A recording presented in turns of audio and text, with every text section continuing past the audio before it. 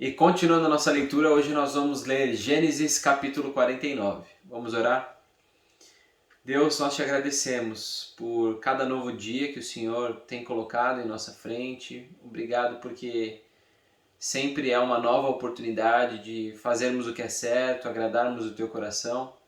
Pedimos que a cada dia possamos entender mais os teus caminhos e possamos compreender a tua palavra também. Nos ajuda nesse momento, em nome de Jesus. Amém. Gênesis capítulo 49, o penúltimo capítulo do livro de Gênesis. Versículo 1.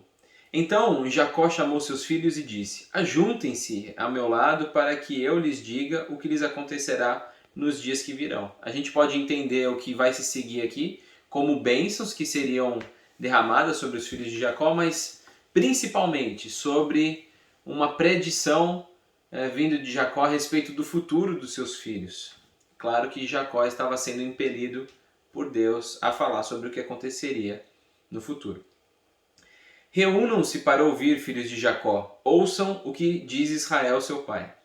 Ruben, você é meu primogênito, minha força, o primeiro sinal do meu vigor, superior em honra, superior em poder.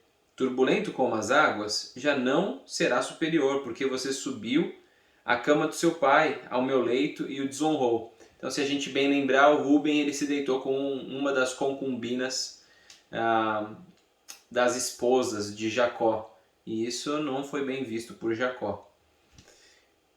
Simeão e Levi são irmãos, suas espadas são armas de violência. Que eu não entre no conselho deles, nem participe da sua assembleia, porque em sua ira mataram homens e a seu bel prazer aleijaram bois, cortando-lhes o tendão. Se a gente lembrar, eles viram que a sua irmã foi desonrada e foram tentar fazer justiça com as suas próprias mãos e mataram um monte de gente que não tinha nada a ver com o pecado que tinha acontecido. Maldita seja a sua ira tão tremenda e a sua fúria tão cruel. Eu os dividirei pelas terras de Jacó e os dispersarei em Israel. Judá, seus irmãos o louvarão, sua mão estará sobre o pescoço dos seus inimigos. Os filhos de seu pai se curvarão diante de você. Judá é um leão novo. Você vem subindo, filho meu, depois de matar a presa. Como um leão ele se assenta, e deita-se como uma leoa. Quem tem coragem de acordá-lo? O cetro não se apartará de Judá, nem o bastão de comando de seus descendentes, até que venha aquele a quem ele pertence, e a ele as nações obedecerão. Então a gente ouve falar aqui sobre cetro. Primeiro a gente viu uma menção ao leão. Então a gente vai ver que lá na frente esse leão vai aparecer de novo. Vamos falar primeiro sobre o cetro. O cetro diz respeito aos reis. Davi vai vir da tribo de Judá. E a respeito do leão da tribo de Judá, que é Jesus, vai vir também da tribo de Judá. Ele amarrará seu jumento a uma videira e o seu jumentinho ao ramo mais seleto. Lavará no vinho as suas roupas, no sangue das uvas as suas vestimentas. Seus olhos serão mais escuros que o vinho, seus dentes mais brancos que o leite. Zebulon morará à beira-mar e se tornará um porto para os navios. Suas fronteiras se estenderão até Sidom. Issacar é um jumento forte, deitado entre as suas cargas. Quando ele perceber como é bom o seu lugar de repouso e como é aprazível a sua terra, curvará seus ombros ao fardo e se submeterá a trabalhos forçados. Dan defenderá o direito do seu povo, como qualquer das tribos de Israel. Então a gente está vendo aqui várias ilustrações sobre as tribos. Se você der uma pesquisada no Google e escrever mosaico tribos de Israel, você vai achar essa figura aqui. E essa figura vai mostrar algumas dessas ilustrações, ou melhor, o que representa cada tribo. Então nesse mosaico a gente tem a menorá no centro, que era o candelabro que ficava no templo de Jerusalém, que é um dos símbolos mais importantes para o povo de Israel. E aqui a gente vai ver várias ilustrações se referindo a cada uma das tribos. Então a gente vai ver as mandrágoras representando a tribo de Ruben. Lembra que ele tinha pegado mandrágoras para sua mãe. Por exemplo, o trigo aqui, a gente vai lembrar do trigo do Egito ou dos feixes de trigo dos sonhos de José. Que mais? A gente pode ver aqui essas pedras preciosas representando a tribo de Levi. Aqui a gente vai ver o leão representando a tribo de Judá. Que mais? A gente vai ver a respeito de Dan, defenderá o direito do seu povo, representado pela balança. Bom, uma coisa muito legal de você fazer é talvez imprimir esse símbolo aqui ou abrir na tela do seu computador e lendo Gênesis capítulo 49 e tentando identificar cada uma das tribos. Escreve lá no Google, vai em imagens, escreve mosaico, tribos de Israel. Esse mosaico ele está numa das paredes na cidade de Jerusalém. Ele existe de verdade. Dan será uma serpente à beira da estrada, uma víbora à margem do caminho que morde o calcanhar do cavalo e faz cair de costas o seu cavaleiro. Versículo 18. Ó Senhor, eu espero a tua libertação. Gade será atacado por um bando, mas é ele que o atacará e o perseguirá. A mesa de Asser será farta, ele oferecerá manjares de rei. Naftali é uma gazela solta que por isso faz festa. José é uma árvore frutífera à beira de uma fonte, cujos galhos passam por cima do muro. Com rancor, arqueiros o atacaram, atirando-lhe flechas com hostilidade. Mas o seu arco permaneceu firme. Os seus braços continuaram fortes, ágeis para atirar. Pela mão do poderoso Jacó, pelo nome do pastor, a rocha de Israel, pelo Deus de seu pai, que ajuda você, o Todo-Poderoso que o abençoa com bênçãos dos altos céus, bênçãos das profundezas, bênçãos da fertilidade e da fartura. As bênçãos de seu pai são superiores às bênçãos dos montes antigos, às delícias das colinas eternas.